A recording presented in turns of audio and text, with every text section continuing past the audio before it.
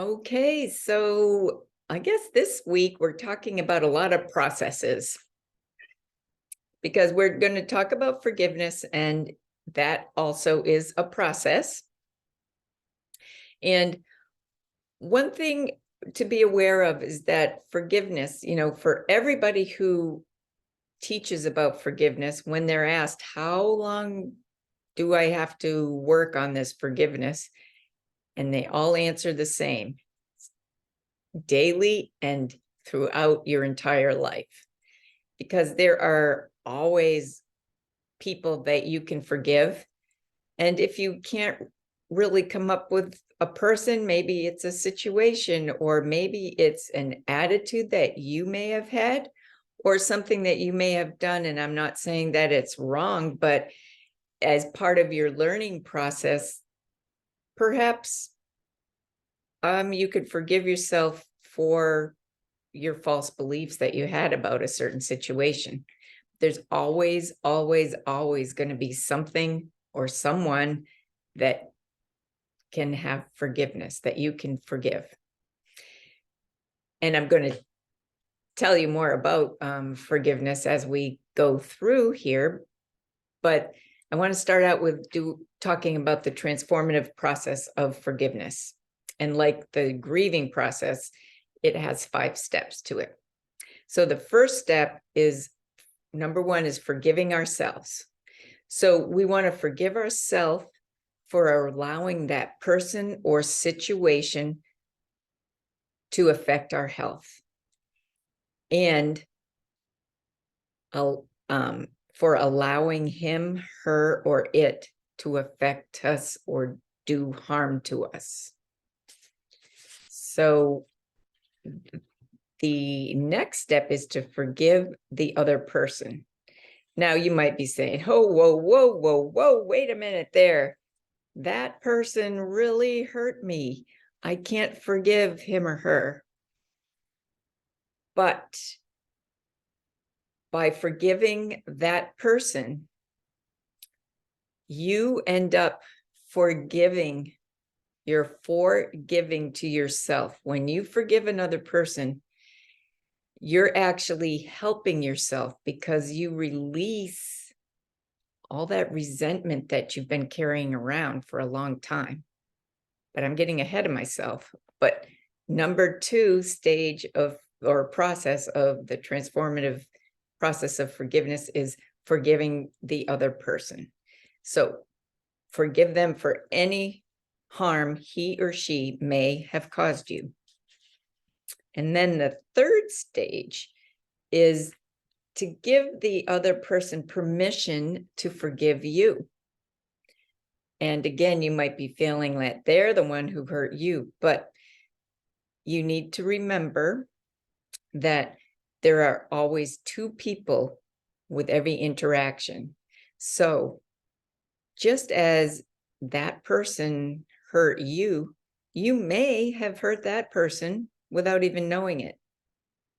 So it's important to forgive yourself from any harm that you may have caused that person. And then again, like I mentioned before, when you forgive, that forgiveness happens inside of you, because that person that you're thinking about or forgiving, they don't have to know that you're doing this work, and it doesn't matter to them. What matters is that you're doing this forgiveness for you to heal. So the 4th step is learning the lesson. So it's important to you have to learn to see the good in this lesson, that the lesson brought, the goodness that the lesson brought to you. See how you are better because of it. It might have been a horrific lesson, but it has to have made you better in some aspect of your life. And, you can just say that this is all in the past. And remember that nothing ever happens to you. It happens for you. So you need to be thankful for the lesson that you've learned and that's helped you, but you never have to be thankful for the experience that you actually experienced that caused you harm. So that's a big one. It's not the experience that you're forgiving, it's the person, and appreciating the lesson that you've learned. And then the fifth step in the process is to wish the situation and that person well. So that's pretty big and pretty deep. So you might want to go back and review this section, this video, and really let it sink in, okay? Because though that forgiveness process can so help us all if we put it into practice. And I know that there are many, many people who have had tremendous physical and emotional trauma inflicted on them by someone, or maybe even several people, that have really affected you, us, them for their whole lives. And when you forgive, you're saying that you forgive the person, not the experience, okay? And when you forgive, you're freeing yourself. You're forgiving to yourself to be free. You're allowing that resentment, that blockage that's in your cells, somewhere in your body. You have been carrying around this resentment for ever since that situation or that experience happened. And by carrying that around, that is preventing you, it's keeping you closed. And if you can forgive that person, you're able to release that block, and that opens you up, opens more space inside of you to allow goodness to come in, all the goodness that we are worthy of as our birthright. But you haven't been allowing yourself to receive that, because it's possible you may be carrying around certain resentments from a certain person or situation that happened to you, and it may have been long, long ago and many, many years ago, but that could be one of the weights that you're carrying around, one of those emotions or beliefs that you've been carrying around that have been holding you back. So the grieving process and this forgiving process is actually so freeing to us, to our bodies, to our spirits, that so many people, and I'm including myself in that, is that, I just learned this a few years ago. And another thing that I realized just by putting this program together and talking or preparing for this forgiveness part, is that it is so easy to allow, at least for me, to allow my life and my reality, everything that I'm doing in my life, to just become so involved in that it's very easy to not be mindful and not be putting this forgiveness practice to work every day. I mean, I'm sure there have been, since I learned about it, I'm sure there have been probably weeks, maybe even, and I know months, that I never even thought about forgiving anybody. When I learned about it, I did make a big long list. And yeah, I had a big long list of a lot of people, situations, and a lot of it was with me. But you work on it, or what I would do is I would work on it for, like a couple days, and then, something happens in life, and then that takes, or I allowed that to take priority to get that thing done, and then put this forgiveness practice on the back burner. So I just wanted to bring that to your attention, to really try to be conscious and mindful of how important this type of practice is to put into doing, because it can really, really help so much. So another book, it's called Healing Codes by Alex Lloyd and Ben Johnson. And it's all about dealing with energy and energy from the heart, and that all energy is love, but it affects us. You have to read the book. It's a really good book. But what they say about forgiveness is that there is an unforgiveness in all illnesses, and it can kill you. So, like I actually mentioned just a little bit ago, if you keep this resentment in your body and not address it and let it go, it is going to eventually turn into some sort of dis-ease that can affect you, and hopefully not to the point of killing you. And I don't want to make this a bummer of this video, but just be aware of that, how important this really is. And then they also say that forgiving is releasing. And if you can't forgive, it's constantly attached to you.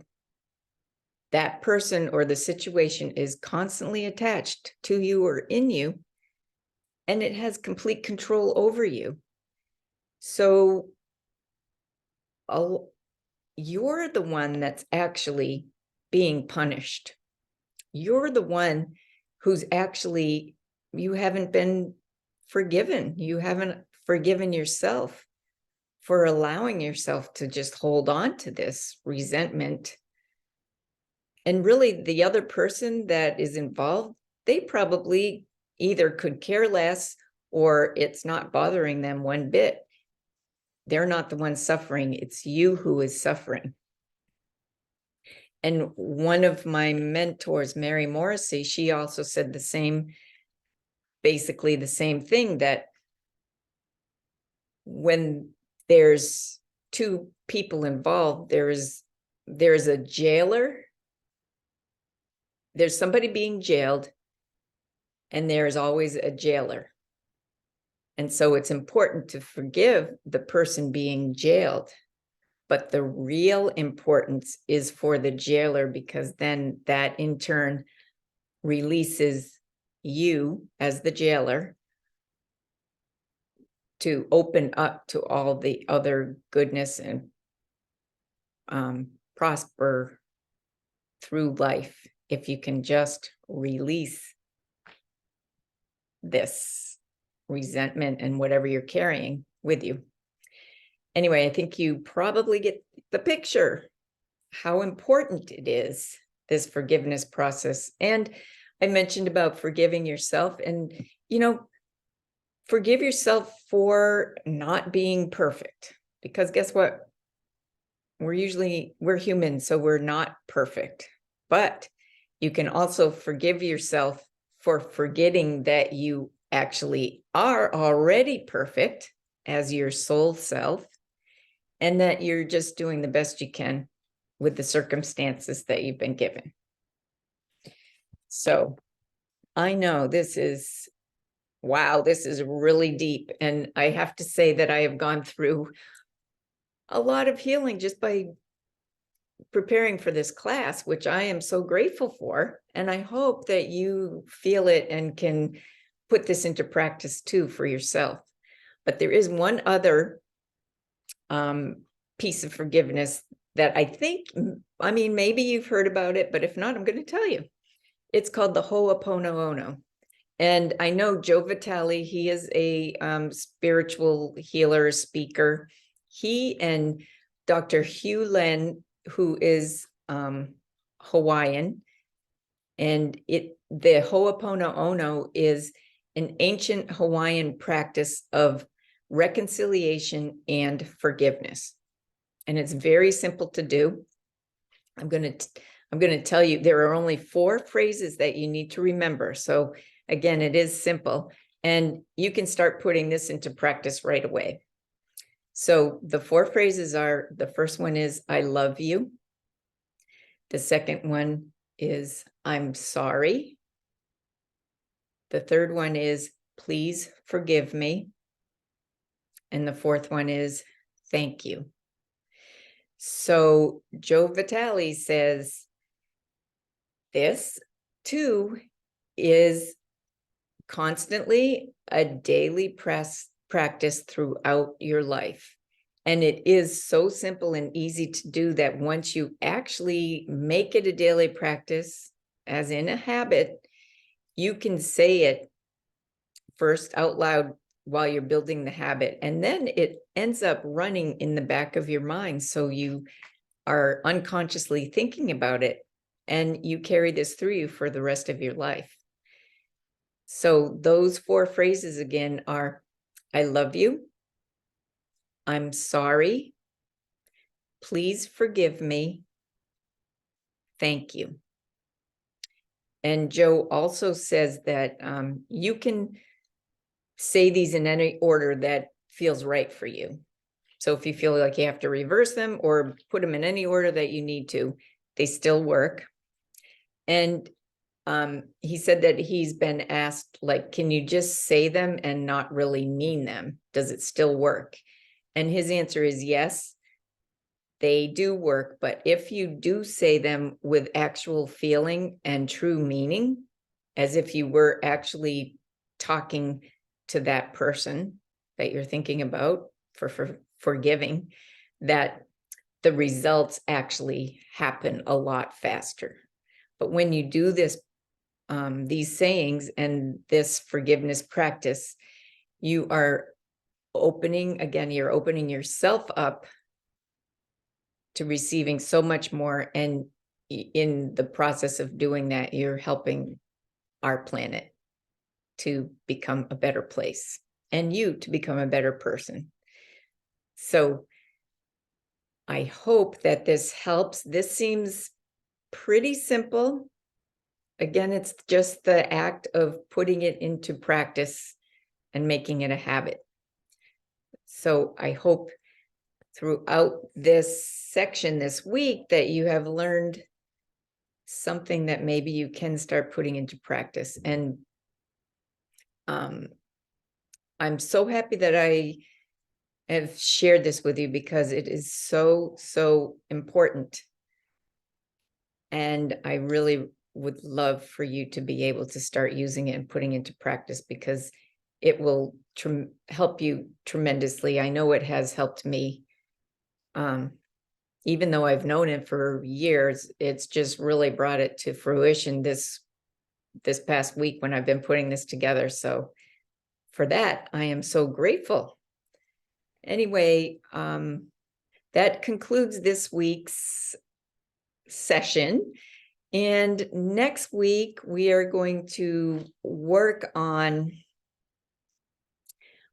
becoming our flourishing into this new phase of our lives. So we're going to work on self-acceptance and self-love. And I'm excited about that. And I will be excited to see you next week. So I hope you have a great week, and we'll see you soon.